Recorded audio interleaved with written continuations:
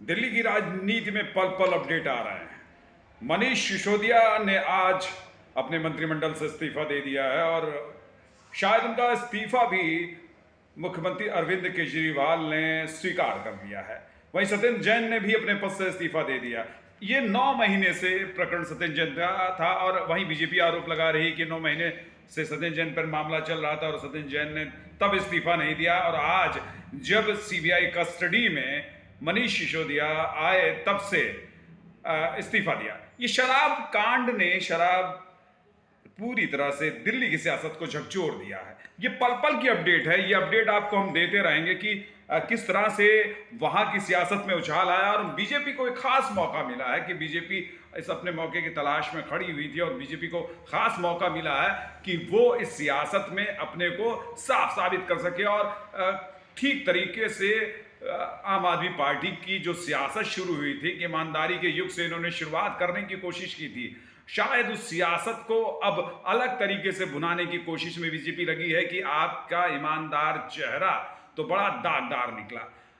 क्योंकि जो शराब नीति दिल्ली सरकार ने अरविंद केजरीवाल की सहमति से बनाई थी, आम आदमी पार्टी ने वो शराब नीति ने उनकी ही पार्टी के नेताओं को ही इस मामले में घेर दिया है। वो कह रहे थे कि इससे दिल्ली सरकार को अतिरिक्त राजस्व 3500 करोड़ का राजस्व मिलेगा, लेकिन यही मामला अब उनको घेरे में ले रहा है।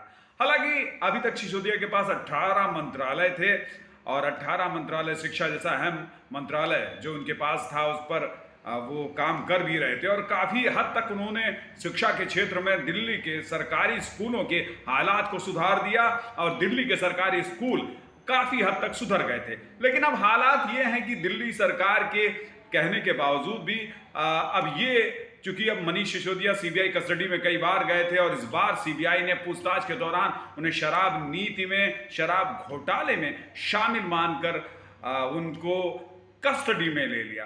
अब क्या आगे मामला बढ़ता है? हालांकि उन्होंने आज अपने मंत्रिमंडल से इस्तीफा दे दिया है उप मुख्यमंत्री पद से और उनके पास 18 मंत्रालय थे, इस्तीफा दे दिया। वहीं सत्येंद्र जैन पहले ही जेल की सलाखों में है और सत्येंद्र जैन ने भी अपने पद से इस्तीफा दे दिया। अब आगे देखते हैं कि होता क्या, लेकिन बीजेपी इस बात को भुनाने में एकदम साफ तौर पर लगी है। बीजेपी ये चाहती है कि आम आदमी पार्टी का जो चेहरा पूरे देश में निखर कर आ रहा था, अब उस पे दामन पर दाग लगता चला जाए, जिसको भुनाने के लिए बीजेपी को मौका मिल जाए। क्योंकि हरियाणा चुनाव भी अब नजदीक आ रहा है और हरियाणा में भी आम आदमी पार्टी पंजाब के बाद कुछ नया गुल खिलाने के चक्कर में थी, लेकिन अब शायद क्वेश्चन मार्क लग जाए।